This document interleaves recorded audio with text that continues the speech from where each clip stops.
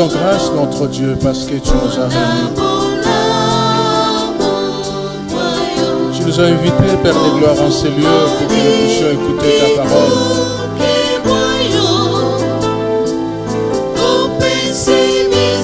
Tu nous attires vers toi, Seigneur Dieu, pour que tu puisses nous parler. Oui, Seigneur, nous sommes là.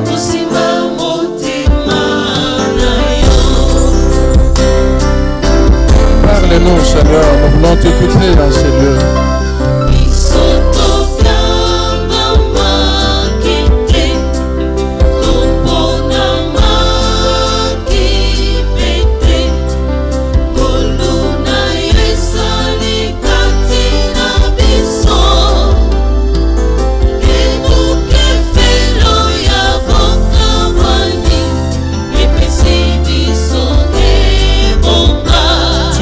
Ta parole, Seigneur. Ta parole nous a guéris.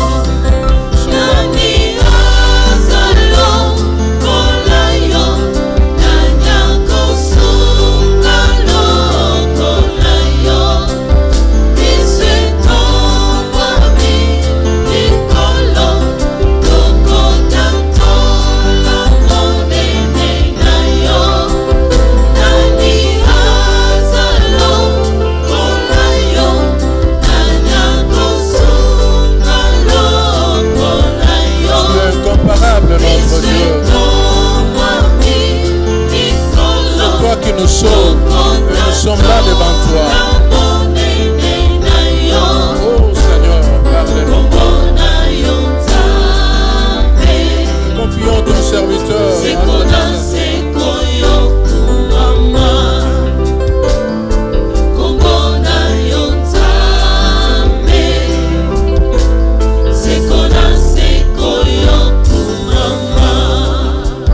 De génération en génération, tu es le même.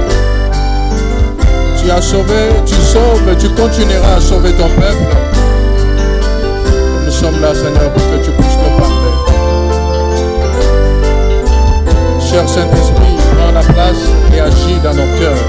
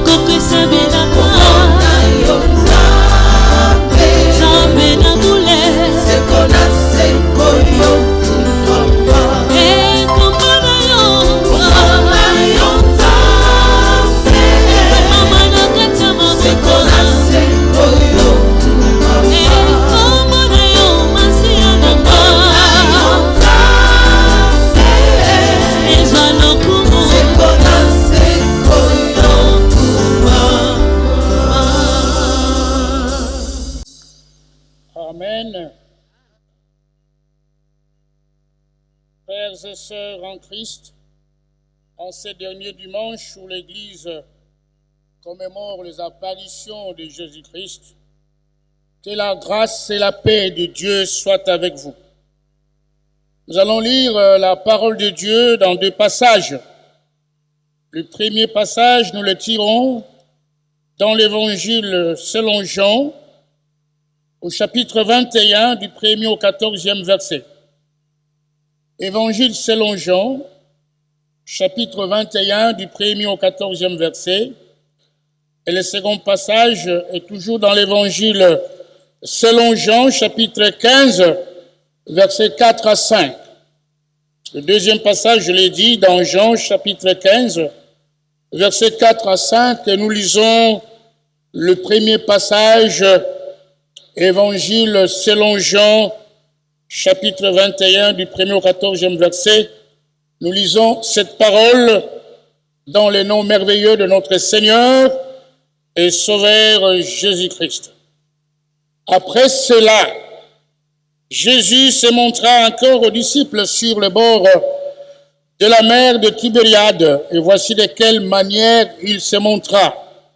Simon-Pierre, Thomas, appelé Didyme, Nathanaël de Cana en Galilée, le fils de Zébédée et deux autres disciples de Jésus étaient ensemble. Simon-Pierre leur dit, je vais pêcher. Ils lui dirent, nous allons aussi avec toi. Ils sortirent et montèrent dans une barque, et cette nuit-là, ils ne prirent rien. Le matin étant venu, Jésus se trouva sur le rivage, mais les disciples ne savaient pas que c'était Jésus. Jésus leur dit, enfants, n'avez-vous rien à manger? Ils lui répondirent, non. Il leur dit, jetez le filet du côté droit de la barque et vous trouverez.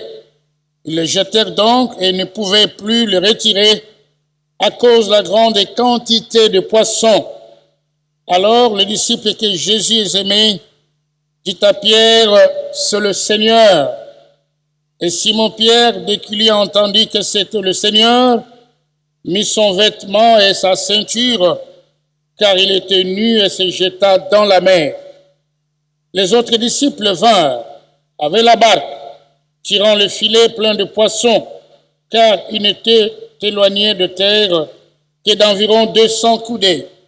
Lorsqu'ils furent descendus à terre, ils virent là de charbons allumés, du poisson dessus et du pain.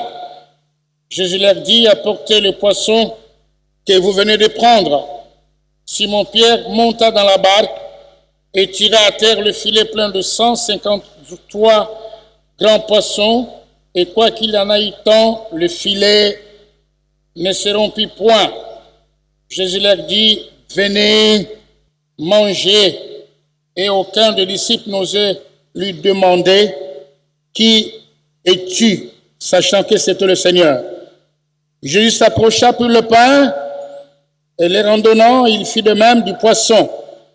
C'était déjà la troisième fois que Jésus se montra à ses disciples depuis qu'il était ressuscité des morts.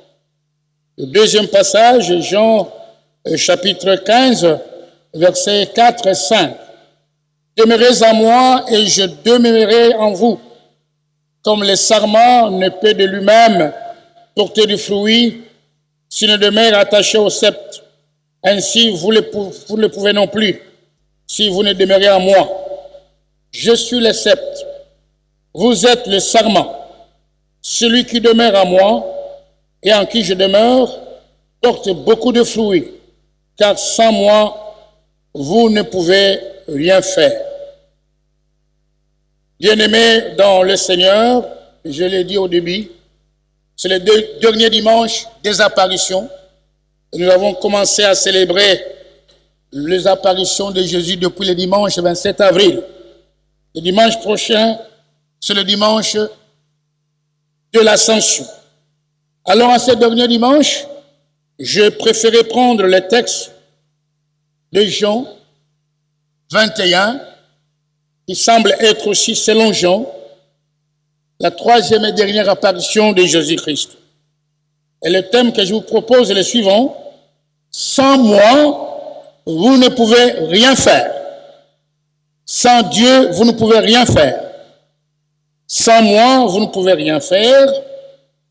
La Bible nous parle de la troisième apparition de Jésus-Christ au bord de la mer de Tibériade. Troisième apparition par rapport à l'évangile de Jean. Et la première apparition, toujours par rapport à l'évangile de Jean, nous le trouvons dans Jean 20. Le soir même de la résurrection de Jésus-Christ,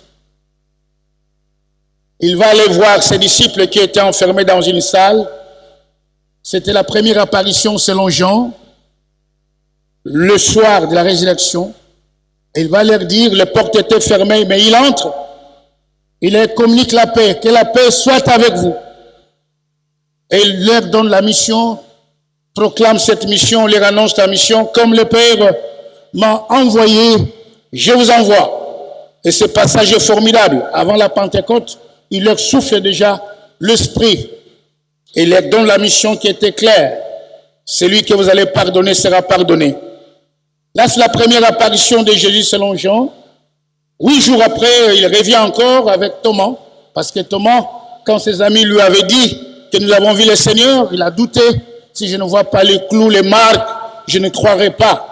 8 jours après, il revient. C'est la deuxième apparition. Et j'insiste selon l'évangile de Jean à Thomas pour lui faire voir que je suis réellement ressuscité. Et là, aujourd'hui, nous sommes à la troisième apparition qui est généralement connue comme la pêche miraculeuse. Au bord du lac de Tibériade.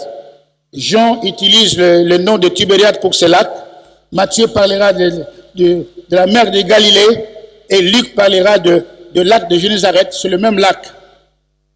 Alors la Bible dit qu'il y avait 7 disciples de Jésus-Christ qui vont à la pêche. C'est Pierre qui sent ses besoins. Il lui dit, je vais pêcher. Et ils vont lui dire, nous allons avec toi pêcher le poisson.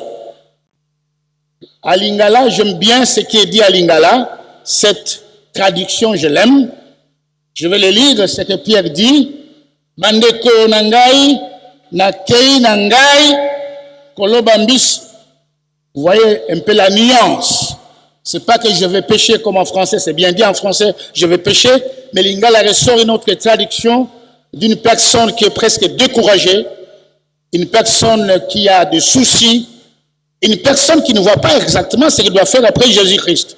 En dépit de ces deux apparitions dont je vous ai parlé, on voit cet homme, un pêcheur, ancien pêcheur découragé qui va encore retourner à la pêche. Et là, j'ai toujours fait une interprétation claire. C'est pas que la pêche est mauvaise. C'est une très bonne activité. Sans la pêche, nous ne pouvons pas manger le poisson. La pêche est très importante. Il faut aller pêcher le poisson. Mais dans le contexte ici, nous savons que Luc nous donne déjà une information de l'appel des disciples dans Luc 5. Jean, Jacques, les deux fils de Zébédée et Simon-Pierre étaient pêcheurs de poissons. Et quand vous lisez l'évangile de Luc chapitre 5, versets 8 à 11, vous verrez que Jésus était parti chercher ses 3 disciples à la pêche, à leur ancien métier de la pêche de poissons. Ce que j'aime bien dans Luc chapitre 5, le verset 10, c'est ce que Jésus leur dit quand il va recruter ces 3 anciens pêcheurs comme disciples de Jésus. Désormais, il dit à Pierre, tu seras pêcheur d'hommes. Et la Bible dit que les 2 associés de Pierre, Jean et Jacques, avaient le même message. Désormais signifie qu'à partir d'aujourd'hui, vous ne pouvez rien faire que ce que je vous demande de faire. Désormais, vous n'allez plus pêcher les poissons, mais pêcher d'hommes. Changement de métier. Et symboliquement, je vois cette image. Pêcheurs de poissons. Les poissons sont dans les lacs. Ils sont vivants. Vous les pêchez. Vous les faites sortir du lac. Et quand ils sortent du lac, ce sont des poissons morts. Mais Jésus change le métier. Pêcheur d'hommes, les hommes et les femmes sont morts, vous les faites sortir de la mort à la vie. Changement de travail. Le travail n'est plus maintenant matériel, c'est un travail spirituel. Jésus dit, désormais, plus la pêche de poissons, venez pêcher les hommes. Et toujours dans Luc au chapitre 5, verset 11, la Bible dit, ils laissèrent tout. Ils laissèrent le pirogue, laissèrent le filet, laissèrent tout et suivirent Jésus-Christ. Et la mission était claire. Comme le Père m'a envoyé, je vous envoie. Je ne vous envoie pas la pêche encore. Je vous envoie gagner les âmes.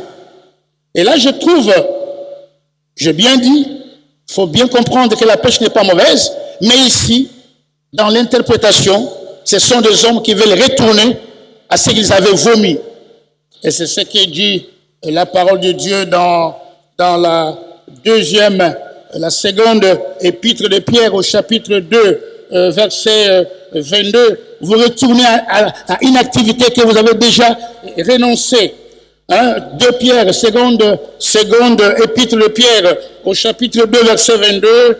Il est arrivé ce que dit un proverbe vrai. Le chien est retourné à ce qu'il a vomi. Et la truie lavée s'est vautrée dans les bourbiers. La première leçon d'aujourd'hui est très simple. Ne retournez pas à ce que vous avez renoncé à cause de Jésus-Christ. Si vous avez pris l'engagement de suivre Jésus et vous avez dit pas au mensonge, fini avec le mensonge, fini avec le vol, le détournement d'argent, la corruption, l'impudicité, l'adultère, ne retournez pas cela. Restez avec Jésus-Christ. Même s'il y a des problèmes, Jésus est le même, hier, aujourd'hui, éternellement, il viendra te secourir. Que le découragement, le doute ne te ramène plus à ce que tu avais laissé. Tu es marié, tu avais une deuxième femme, une troisième, une quatrième, ne retourne pas à ces femmes-là. Reste fidèle à ta femme et la femme aussi, vice-versa. Tu étais voleur, ne vole plus. Détourneur d'argent ne le fait plus à cause de Jésus-Christ. Oh, votre amen est faible. Donnez-moi un bon amen. Et on va tout de suite voir les conséquences. Je vous ai dit au départ que la pêche n'était pas mauvaise. C'était une activité, mais regardez la conséquence. La conséquence, la deuxième leçon, la Bible dit, cette nuit-là, l'unique nuit-là, ils ne prirent rien. Il y a ceux qui voyagent en Israël. J'ai donné la grâce de faire 3 voyages en Israël. Vous ne pouvez pas pêcher dans les lacs de Tibériade, les lacs de Génézareth, autrement dit, ou les lacs de Galilée, toute une nuit sans rien prendre. La Bible est claire. Ils ne prirent rien. Je suis pécheur, je ne pêche plus. Né dans une mission protestante au bord de la rivière Wamba, je connaissais nager, pirogue, amener les femmes, moi-même je pêchais. Il est impossible qu'un pêcheur, surtout la pêche de la nuit, sort sans un dakala, c'est impossible. Mais la Bible dit, il ne prit rien. Pourtant, il connaissait bien les lacs de Galilée, il connaissait bien ces lacs, il connaissait bien la profondeur des lacs, il connaissait bien où attraper les poissons, c'est le travail qu'il faisait. Mais 3 ans après avoir suivi Jésus, il retourne sans Jésus, il ne prit rien, cela sous-entend que vous ne pouvez rien faire sans Jésus-Christ. Tous vos projets, donnés à Jésus-Christ. Si vous travaillez sans Jésus, il n'y a pas de résultat. La preuve est là, toute la nuit, rien attrapé comme poisson. Aucun poisson. Rien. Et moi, je connais comme pêcheur. Si vous n'avez pas de gros poissons comme l'impoka, l'imboto, allez là où il y a un peu de sable, vous pouvez avoir des fiches qui ne sardines. Mais ici, rien. Ce n'est pas par hasard que la Bible dit, ils n'ont rien trouvé. C'est une conséquence d'une démarche sans Jésus-Christ, sans impliquer le Seigneur. S'il vous plaît, à chaque chose, mariage, famille, voyage, à toute décision, il est important que le Seigneur soit au centre de votre décision. Et aussi, il ne faut pas suivre les hommes comme les malandangulu. Pierre dit, ils ont dit, nous partons avec toi. Non, il faut discerner. Il ne faut pas suivre quelqu'un n'importe où. Allons boire, allons manger, allons faire ceci, discerne. C'est là où tu pars, c'est vraiment la volonté de Dieu ou pas. Bien-aimés, Ce que j'aime dans ce passage, c'est l'amour de Jésus-Christ. Un bon berger, il connaît ses enfants en danger. Il vient le matin. Les disciples sont découragés, ils veulent partir. Ils n'ont rien attrapé. Il leur dit, enfants, n'avez-vous rien à manger? Et ils n'ont pas reconnu Jésus-Christ. Et moi, je me dis toujours, si c'était moi, c'est pas qu'est-ce que vous ferez? Si c'était moi, je viens le matin, je sais que Jésus, c'est moi. Je dis, mais écoutez, Pierre, Jean, Jacques, Thomas, Nathanaël et les deux autres qui ne sont pas connus. Est-ce que vous avez attrapé le poisson? Non. Mais vous êtes endurcis. Vous êtes têtus. Vous voyez les conséquences de votre désobéissance.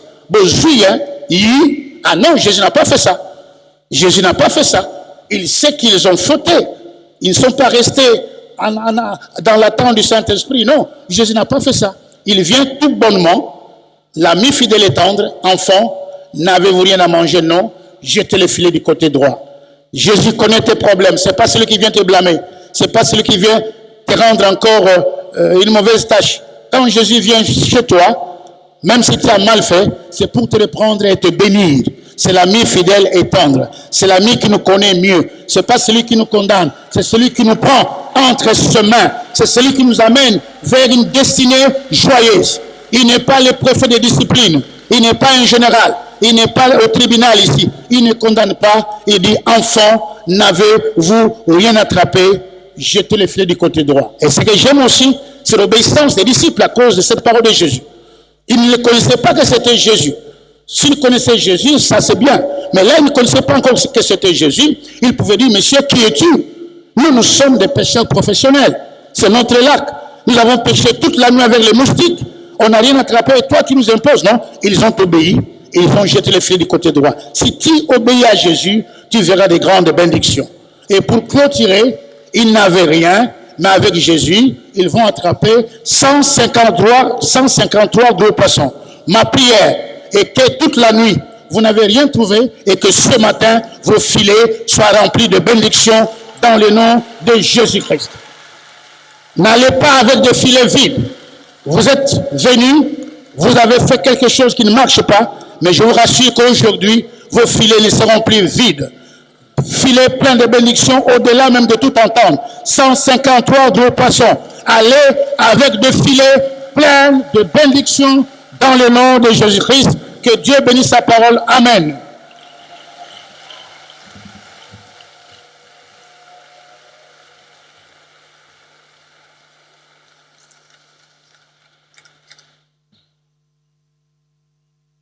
Nous allons répondre à ces messages en nous tenant debout. Gloire à l'Éternel 123.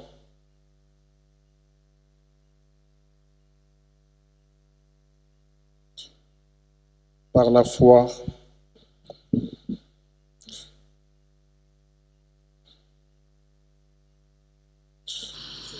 je la revenais, s'il vous plaît.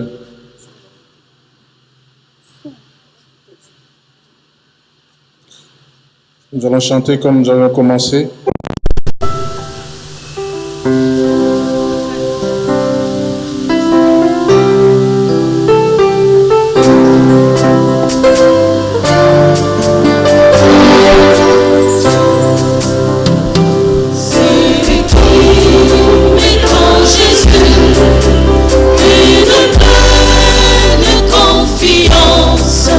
Jamais ne chancelle plus.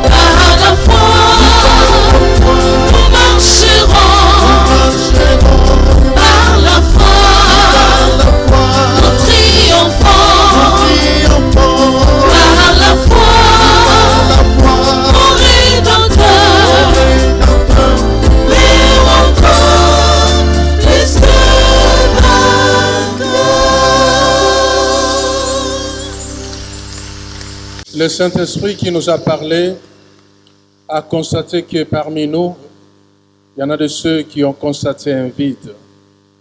Ils ont beaucoup donné, mais ils n'ont rien pris.